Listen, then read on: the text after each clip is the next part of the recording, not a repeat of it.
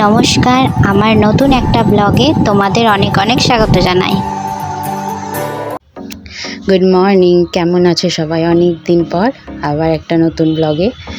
তো বাবু এদিকে সকালবেলায় উঠে গাড়িটা নিয়ে খেলা করছে, আর এদিকে দেখো কত মুদিখানা বাজারগুলো সব নিচেই পড়ে আছে, কারণ কালকে যেমন নিয়ে এসেছিলাম তেমনই রেখে দিয়েছি। রাত্রেবেলায় এসেছিলাম তো ওখানেই রাখা আছে, ওগুলো সব গুছোবো। ব্রাশ করে আগে রান্না বান্না করে গ্যাস শেষ হয়ে গেছে তোমার দিয়ে 3 দিন হলো। তো আমি তো দিদাদের বাড়িতে ছিলাম, আর কিছুদিন ভিডিও করা হয়নি কিছু প্রবলেমের জন্য। তো বাবুর জন্য সেদ্ধ ভাত করে নিয়ে এসেছি প্রেশার কুকারে ভেন্ডি সেদ্ধ, আলু সেদ্ধ, ডাল সেদ্ধ সব একসাথে বসিয়ে দিয়েছিলাম। যে বাবুর জন্য, বাবু এটা খেতে ভালোবাসে, সকালবেলা এটা খাইয়ে দিয়ে দাও। ওর জন্য ভাত করা আছে। আমার বোধহয় লেট হবে, গ্যাস আসবে তবে রান্না বান্না হবে। তাছাড়াও বাড়িতে অনেক কাজ আছে, কালকে মুদিখানা বাজার করে নিয়ে এসি, সেগুলো গুছাতে হবে, সব পরিষ্কার করতে হবে। আর বাড়ি ঘরগুলো সব একটু অগোছালো হয়ে গেছে, সেগুলো গুছাতে হবে। কিছু জামা কাপড় ভিজিয়ে রেখেছি, সেগুলো কাচবো। আর অনেক কাজ আছে, আমার সাথে দেখতে থাকো, ভিডিও কন্টিনিউ। এবার বাবুকে আমার খাওয়াতে প্রায় তোমার 1.5 ঘন্টা লেগে যাবে। চলো এটা স্কিপ করা যাক। এই যে এবার জামা কাপড়গুলো সব ওইদিকে আলনাটা গুছাবো, আর এদিকে ক্যাথাটা বের করে রেখেছিলাম। কয়দিন বৃষ্টি হচ্ছিল তো তোমার একটু ঠান্ডা ঠান্ডা ছিল, রাত্রেবেলায় ভালোই ঠান্ডা লাগতো, তার জন্য ক্যাথাটা বের করে রেখেছিলাম। আবার গরম পড়েছে তো আবার ভিতরে ঢুকিয়ে দেবো, জায়গার জিনিস জায়গায় রেখে দেবো। আর এদিকে হচ্ছে তোমার আলনাটা গুছিয়ে নেব। আর নিচের যে তাকটা দেখছো তো, আমার বিছনা থেকে তো একটু আমার বাবু হাত পেয়ে যায় আর কি। তো আমার বাবু কি করে বলো তো, জিনিসগুলো সব নিচে ফেলে দেয় ওখান থেকে টেনে টেনে। আর আমাকে এটা গুছাতে হয়, রোজ 2-3 বার করে প্রায় আমাকে গুছাতেই হয়। আর এখানে যেই জিনিসগুলো পরার জামা কাপড়, এগুলো ইউজ করি বলতে আমি তো তেমন কোথাও যাই না। আর হচ্ছে যদি ভিডিও মনে হয় যে এক একদিন কুর্তি পরি তো পরি, কিন্তু গরমে না সম্ভব হয়ে ওঠে না।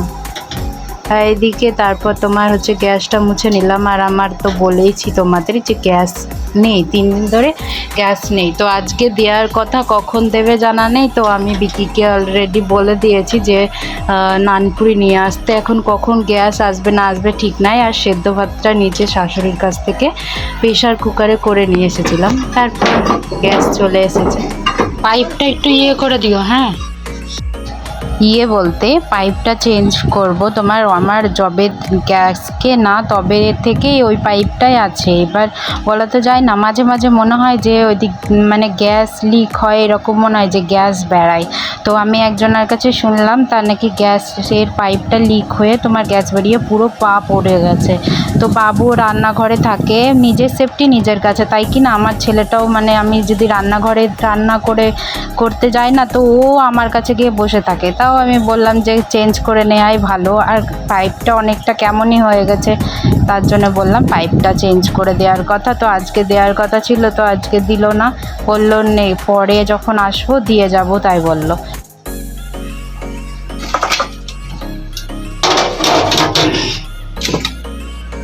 এখন বাজছে 11:30, গ্যাস দিয়ে গেল। এবার ভাত বসাবো, ডিমের ঝোল করবো, আর কিছু করবো না।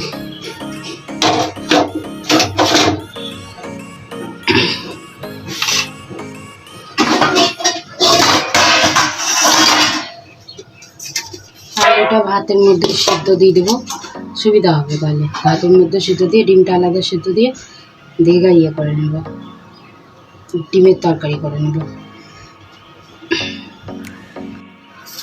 কালকে মুদিখানা বাজার থেকে একটা ম্যাঙ্গো ফ্লেভারের একটা জেলি নিয়ে এসেছিলাম, যে বাবুকে রুটি দিয়ে দিব খেতে। তো দেখছি জেলিটা এক্সপায়ার হয়ে গেছে। আর তোমার ওইটা যাবো এবার একটু দূরে, এবার ভাবছি যে দিয়ে চলে আসি গা। আর হচ্ছে বেশিও বাজে না, 11:30 বাজছে। এবার না দিয়ে এলে না, আবার পরে গেলে যদি কোনো রকম কথা বলে। তোমার 66 টাকা নিয়েছে, 66 টাকা নিয়েছে জেলিটা। এবার আমি ভাবছি ওটা দিয়ে অন্য কোনো কিছু নিয়ে আসবো খাবারে। এবার বেকার জিনিসটা যখন খেতে পারবো না, তাহলে চেঞ্জ করে দেওয়াই বেটার। যাবো, বাবু তো ঘুম থেকে উঠে পড়লো, ওর বাবুকে ওর বাবাকে দিয়ে যাবো। এদিকে ভাত বসানো হয়ে গেছে, এবার ডিমের তরকারিটাও আস্তে আস্তে করে নেব। ডিমের তরকারি প্রায় হয়ে গেছে।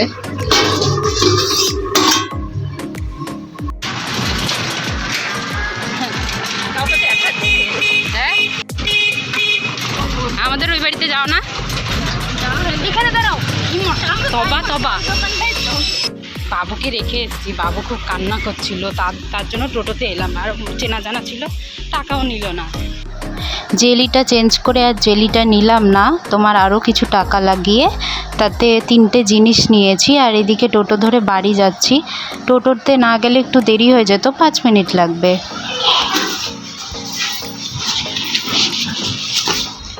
কই? হ্যাঁ, টোটোতে গেলাম, ওই শ্যামল মামা টাকা নিল না, দেন। এগুলো নিয়ে এলাম, চাল ভাজা, এইটা নিমকি, আর এই গাঠিয়াটা নিয়ে এলাম।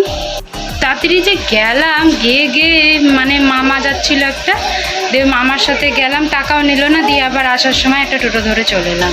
মানে গেলাম কি এলাম, আমি জানিও থাকে না, খুব কান্না করে। তারপর জামা প্যান্ট পরে রেডি হয়ে গেছি, তাতে মানে আর বাড়িতে নাইটি পরে থাকে, ওরকম করে গেছি, ভাবছে কোথাও চলে গেছি। হ্যাঁ, চলো এবার দেখি এগুলো মুদিখানা বাজারগুলো সব শর্ট করবো, মানে হচ্ছে সব যে ফটোতে ঢালবো, কালকে কিছু ঢালিনি, এবার সব ফটোতে সব ঢেলে ঢেলে রাখবো।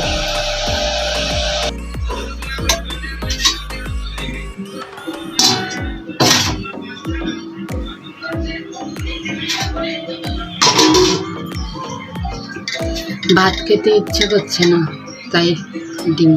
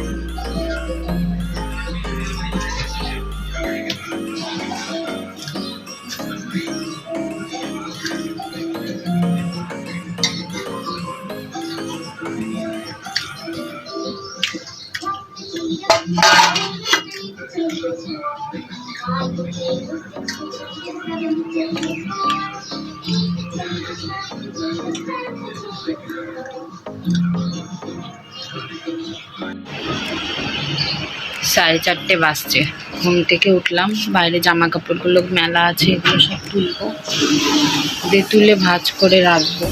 শুয়ে পড়েছিলাম, শরীরটা ভালো লাগছিল না, ভিডিও এডিট করতে পারলাম না। সন্ধ্যাবেলায় করব, সন্ধ্যা থেকে বাবু যদি দোকানে যায় দেন করবো।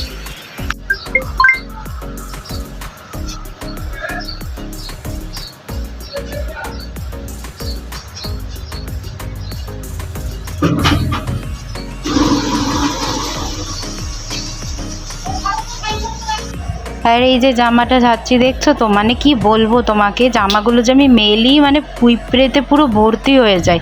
দিয়ে তোমার চক হয় না, ওই চকগুলো আমি দড়িতে কিছুদিন দিয়েছিলাম, কম ছিল, দিয়ে দেখছি আবার বড্ড পিঁপড়ের উৎপাত হয়েছে।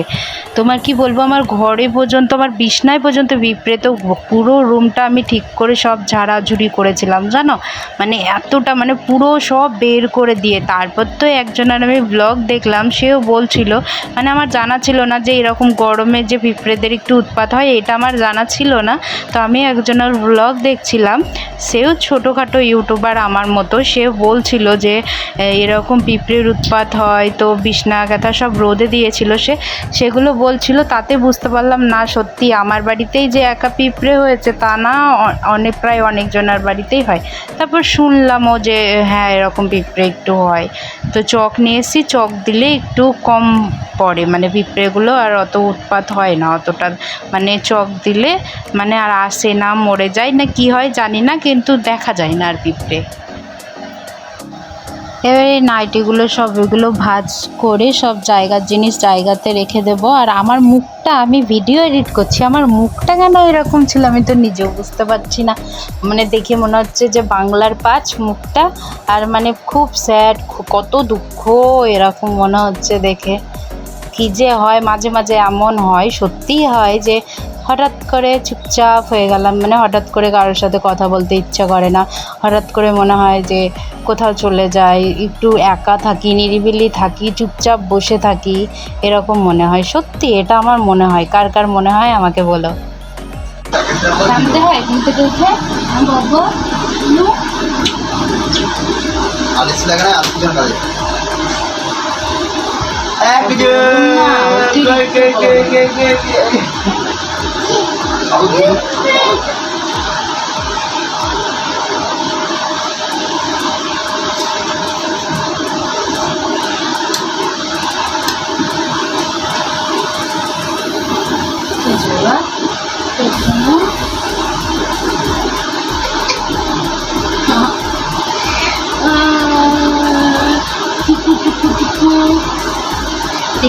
দুধ দিলাম, ভাত দিলাম,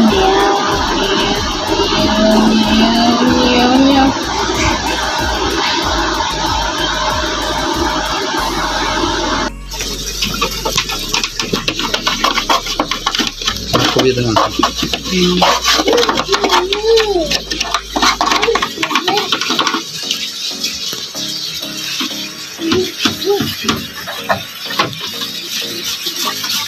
কি নোংরা ভেতরে, ওগুলো দেখো না, যদি নিচের নোংরাগুলো একটু বের করানো যায়। হ্যাঁ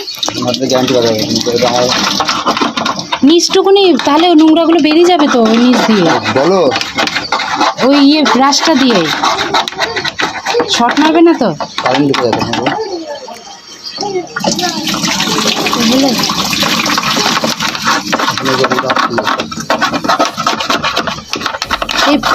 এই ফুটোগুলো পরিষ্কার কর, ফুটোগুলো দিয়ে।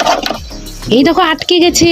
না না, সব তুলে যাবে, সব যাবে না, এই কটাতে আটকে আটকে আছে। দেখো দেখি, এই দেখো এগুলো দিয়ে মানে পুরো ফুটোগুলো হয় না, সব দিয়ে জল পড়ছে।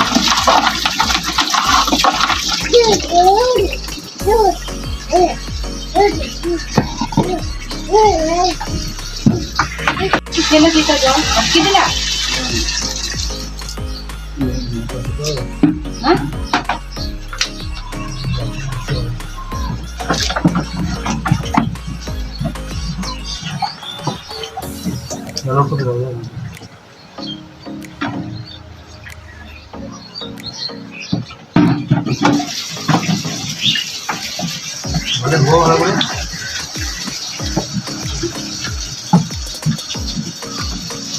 এই যে ফুটোগুলোতে একটু বড় বড়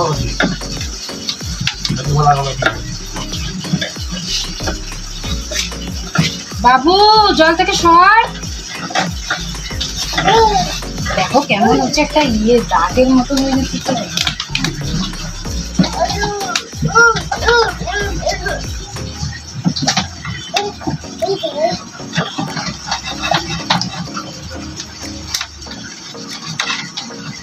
হাত দেবো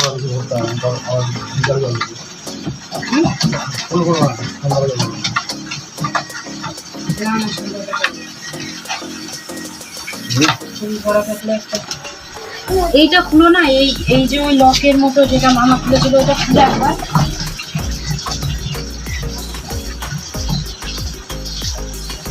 বাবু ওঠো, কি গো? তারপর সন্ধ্যাবেলার দিকে মুদিখানা বাজারগুলো গুছিয়েও ছিল না, মানে গুছোয়নি, দিয়ে সন্ধ্যাবেলার দিকে আমি ভাবলাম সবজি বাজারটা করে আনি, দিয়ে তোমার আস্তে আস্তে গুছোবো। তো দেখছি যে সন্ধ্যের পরে ফাঁকা বসেছিলাম, আমি বলছি গুছিয়ে নিই, যখন সবজি বাজার নিয়ে আসবো তখন ওটা আলাদা করে গুছিয়ে নেব। দিয়ে এগুলো সব মোছামুছি করে তারপর তোমার কোটোতে ডাল, তারপরে সব এগুলো আলাদা আলাদা করে নিলাম। আর একটা বালতি নিয়ে এসেছি। দেখো দেখেছো তো, এই বালতিটা এত সুন্দর, মানে তোমার 2.5 কেজি সার্ফের সাথে ছিল। আর এই মুদিখানা বাজারটা আমি করি, আর সবজি বাজারটা আমি করি না। সবজি বাজারটা বলতে গেলে বিক্রি করে, ও সকালবেলায় করে। এবার ওর চাপও পড়ে যায় দোকানে, মানে দোকানে চাপ পড়ে যায়, দিয়ে অনেক দেরি করে সবজি বাজার হয়, তো অনেক লেট হয়ে যায় রান্না করতে করতে। তার জন্য আমি বলেছি যে সবজি বাজারটাও আমিই যাব। তাই বলেছি, মানে সকালে যাব না, সন্ধ্যাবেলাতে যাব। আর যদি মাছ মাংস কিছু আনার থাকে সেগুলো তুমি এক ফাঁকে গিয়ে নিয়ে এনে দিবা, আর ওগুলো থাকলে তো আর চিন্তা থাকবে না। আর সবজি বাজারে যে কাকার কাছে বাজার করতে যাই, সেখানে না অনেক ভিড় থাকে। এবার তোমার বাজার করতেও লেট হয়ে যায়, মানে বাজার করতে করতে অনেক লেট হয়ে যায়, ও অতক্ষণ দাঁড়িয়েও থাকতে পারে না। এবার না যেমন পাই তেমন নিয়ে চলে আসে, মানে পচা, মানে যে নীল আলু এগুলো মানে ঠিক করে দেখেও না, নিয়ে চলে আসে। তখন আমিও একটু রেগে যাই যে দেখে নিয়ে আসতে পারো না। আর এদিকে ওর সত্যি কথা বলতে গেলে টাইমও হয় না, তো ওর দোষটা ওর নয়।